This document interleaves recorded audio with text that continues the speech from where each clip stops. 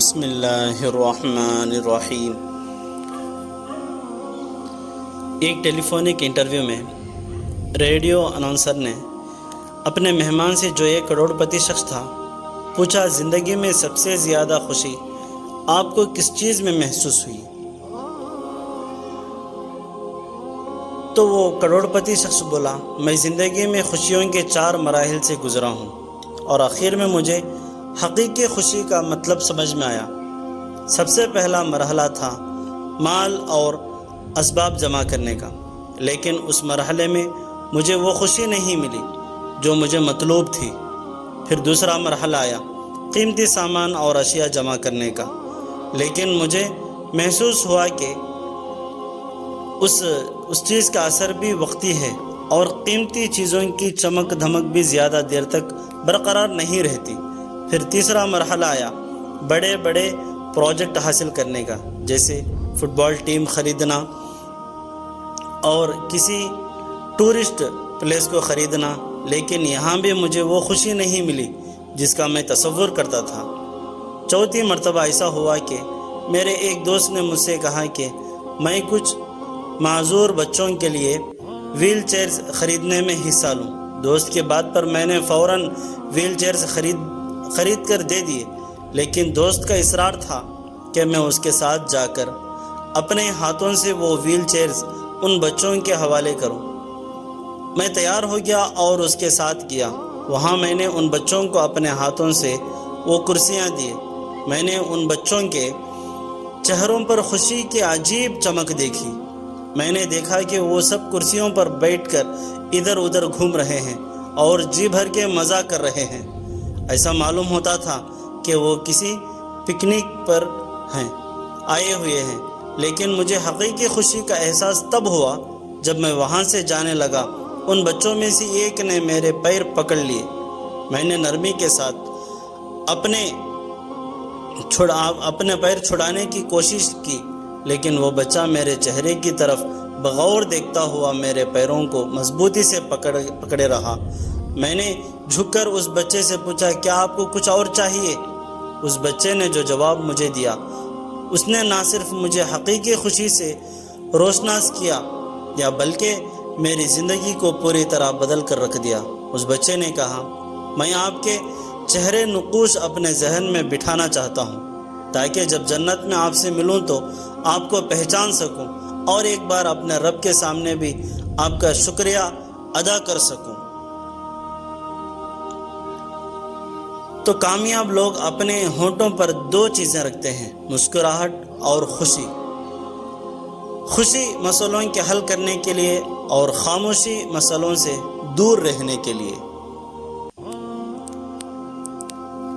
اگر تم عظمت کی بلندیوں کو چھونا چاہتے ہو تو اپنے دل میں انسانیت کے لیے نفرت کی بجائے محبت آباد کرو۔ مذہب میں سے انسانیت اور خدمت نکال دی جائے تو صرف عبادت بچتی ہے، اور محض عبادت کے لیے پروردگار کے پاس فرشتوں کی کوئی بھی کمی نہیں ہے۔ ایک دانش سے پوچھا گیا، غصہ کیا ہے؟ خوبصورت جواب ملا کہ کسی کی غلطی کی سزا خود کو دینا ہے۔ لوگوں کے دلوں میں اپنا مقام اس طرح بنا لو کہ مر جاؤ تو تمہارے لیے روئیں اور زندہ ہو تو تم سے ملنا پسند کریں۔ کسی نے کیا خوب کہا، میں نے لوگوں کو مذہب کے لیے لڑتے دیکھا ہے، لوگوں کو مذہب کے لیے حمایت کرتے دیکھا ہے، لوگوں کو مذہب کے لیے مخالفت کرتے دیکھا ہے، یہاں تک کہ لوگوں کو مذہب کے لیے مرتے بھی دیکھا ہے، لیکن لوگوں کو مذہب کے مطابق زندگی گزارتے ہوئے نہیں دیکھا۔ زندگی کی ساری چیزیں ٹھوکر لگنے سے ٹوٹ جاتی ہیں، مگر صرف انسان وہ چیز ہے جو ٹھوکر لگنے کے بعد بنتا ہے۔ کوئی بڑا کام صرف وہ شخص کرتا ہے جو اپنے آپ کو چھوٹا کام کرنے پر راضی کر لے۔ لوگ مسجد کو دلہن بناتے رہے اور مفلس کی بیٹی کنواری رہی۔ غلطی تسلیم کرنے اور گناہ چھوڑنے میں کبھی دیر نہ کرنا، کیونکہ سفر جتنا لانگ ہوگا واپسی اتنی ہی مشکل ہوگی۔ اپنی سوچ کا اظہار کرنا آپ کا حق ہے، مگر اپنی سوچ کو دوسروں پر مسلط کرنا جہالت کی علامت ہے۔ پریشانی حالات سے نہیں، خیالات سے پیدا ہوتی ہے۔ مظلوم چاہے کسی بھی رنگ، نسل اور مذہب سے ہو، ہم اس کے حامی ہیں۔ ظالم کسی بھی قوم، نسل اور مذہب کا ہو، ہم اس کے مخالف ہیں۔ ہمارے حکمران اسپتالوں میں سیر کرنے جاتے رہے مگر علاج کروانے نہیں۔ جس دن سے علاج کرانے جائیں گے اس دن سے گھومنے کی پھرنے کی ضرورت نہیں پڑے گی اسپتالوں میں۔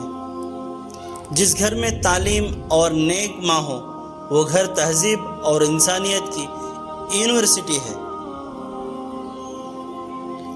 حق بات کی پہلی نشانی یہ ہے کہ اس کی ہمیشہ مخالفت ہوتی ہے۔ جس کی کوئی مخالفت نہیں وہ قطعاً حق نہیں ہے۔ غلام قوم کے معیار بھی عجیب ہوتے ہیں۔ شریف کو بیوقوف، مکار کو چالاک، قاتل کو بہادر اور مالدار کو بڑا آدمی سمجھتے ہیں۔ کسی کی پہچان علم سے نہیں بلکہ ادب سے ہوتی ہے، کیونکہ علم تو ابلیس کے پاس بھی بہت ہوتا تھا لیکن ادب سے وہ محروم تھا۔ عقیدہ وہ شے ہے جس کو اس کی سچائی ثابت ہونے سے بیشتر ہی تسلیم کر لیا جائے۔ اپنی خامیوں کا احساس ہی انسان کا کامیابی کی طرف پہلا قدم ہوتا ہے۔ دل میں بغض، پیٹ میں حرام، طواف پہ طواف، کعبہ خود اس چکر میں ہے کہ یہ لوگ کس چکر میں ہیں۔ کسی سے اتنی توقعات وابستہ مت کیجیے کہ توقعات ٹوٹیں تو آپ خود بھی ساتھ میں ٹوٹ جائیں۔ مرد کی وفا کا پتہ ہی عورت کی بیماری میں چلتا ہے کہ سکہ کھوٹا ہے یا کھرا ہے۔ اسی طرح عورت کی دلداری مرد کی بے روزگاری کے وقت پتہ چلتی ہے کہ کاغذی ہم سفر ہے یا واقعی شریک حیات ہے۔ ہار اور جیت تو اپنے اندر ہوتی ہے، مان جاؤ تو ہار، ٹھان لو تو جیت ہے۔ اختلاف اور چیز ہے اور تنقید اور ہے اور تذلیل اور ہے۔ اختلاف کا حق ہر کسی کو ہے لیکن تنقید کا حق کسی کو نہیں، اور تذلیل کا حق کسی کو بھی نہیں۔ اس لیے بات کرنے سے پہلے سوچ لیا کرے کہ یہ اختلاف ہے یا تنقید ہے یا پھر تذلیل ہے۔ مشکلیں حل ہو جایا کرتی ہیں، راستے بھی نکل آتے ہیں، بس انسان کا یقین مضبوط ہونا چاہیے۔ انسان کو یہ اعتماد اور بھروسہ ضرور ہونا چاہیے کہ اللہ ہے اور اس کے ساتھ ہے اور وہی مشکلیں حل کرے گا۔ ہر بچھڑ جانے والا رشتہ ہمارے جسم میں موجود ایک احساس کو مردہ کر جاتا ہے۔ کچھ لوگ ہمارا یقین مار جاتے ہیں، اور کچھ پیار کو، اور کچھ اعتبار کو، اور کچھ ہماری خوشیوں کو۔ انسان کو لفظ نہیں رویے مار دیتے ہیں۔ مدتوں بعد یہ دستک کیسی، ضرور کوئی مطلبی ہوگا۔